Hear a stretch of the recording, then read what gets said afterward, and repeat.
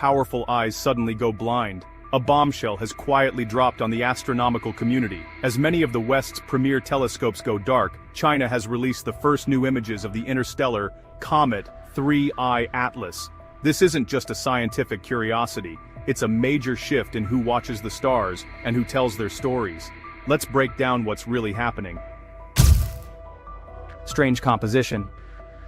So, what makes this visitor from another star so bizarre? Interstellar objects are messengers from distant star systems, and 3I Atlas is only the third one we've ever confirmed. Unlike its predecessors, Oumuamua and 2I Borisov, this comet is giving us an unprecedented look at the chemistry of another solar system. Early observations from teams led by astronomers like Quanji Ye, using instruments like the James Webb Space Telescope's NIR SPEC, have revealed an unusual chemical fingerprint.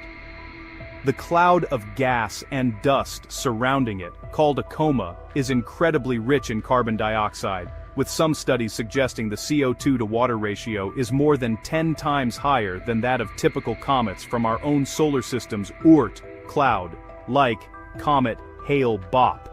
This suggests it formed in a very different and likely much colder environment, possibly in the outer reaches of a red dwarf star system. With a nucleus estimated to be between 2 and 5 kilometers in diameter, and a hyperbolic trajectory with an eccentricity greater than 3. It's a pristine sample of the building blocks from a completely alien planetary system, delivered right to our doorstep. Every piece of data is a clue to how planets and life might form elsewhere in the galaxy, which is why every single observation is so critical. Telescopes go dark.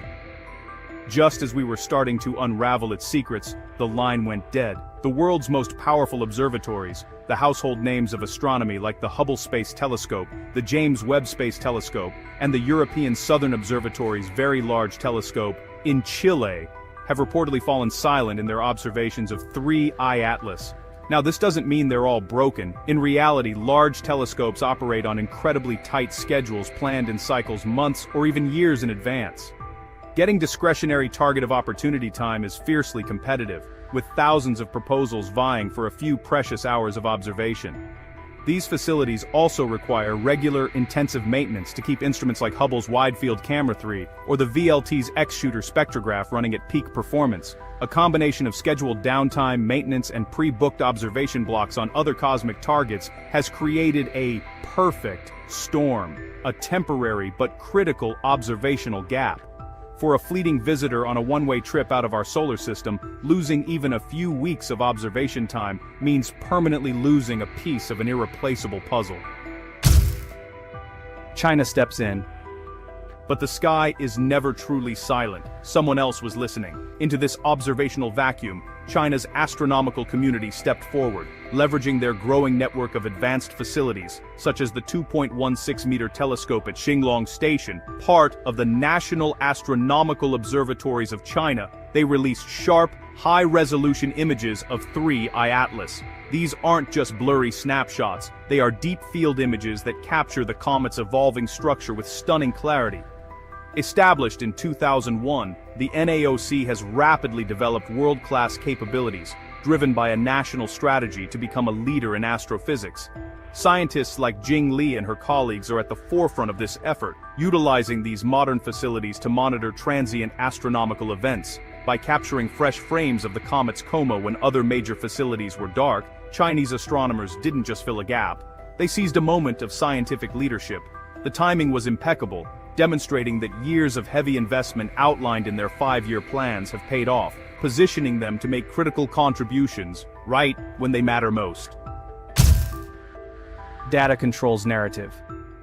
Here's the bottom line. Whoever has the data writes the first draft of history. In science, the teams that publish first often shape the entire conversation around a discovery. By releasing the only new images of 3I Atlas during this critical window, Chinese observatories gain immense influence over the scientific narrative.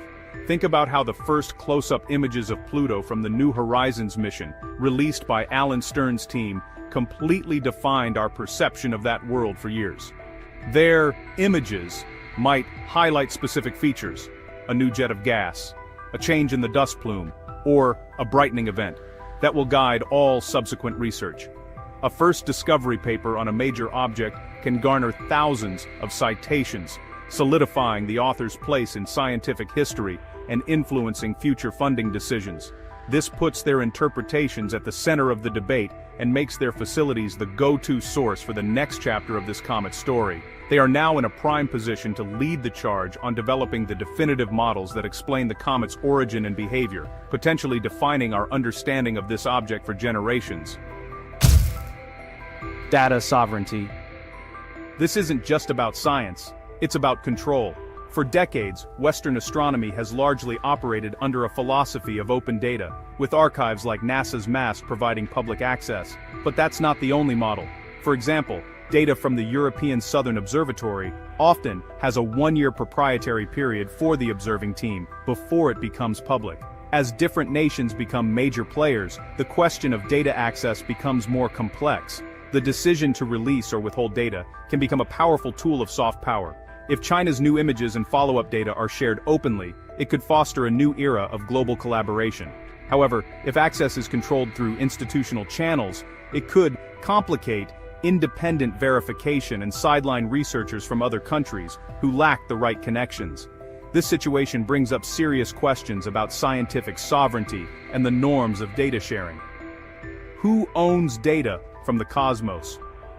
How that question gets answered will determine whether the future of astronomy is more collaborative or more fragmented and competitive. National prestige.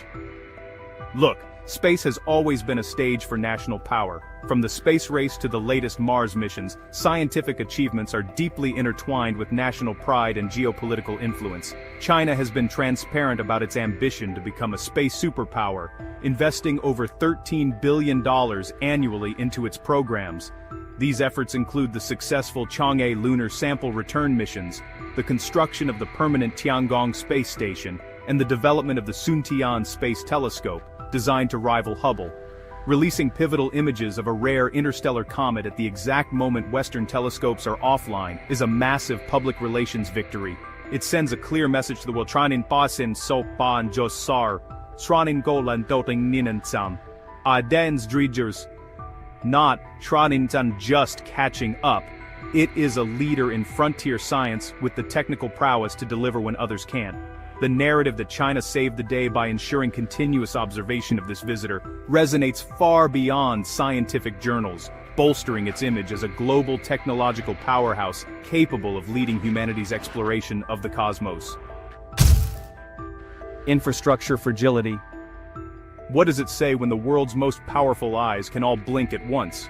This episode, honestly, serves as a stark reminder of the fragility of our global astronomy infrastructure. The catastrophic 2020 collapse of the 305-meter Arecibo Observatory is a perfect example of how the loss of a single, unique facility can leave a massive gap in our scientific capabilities for years.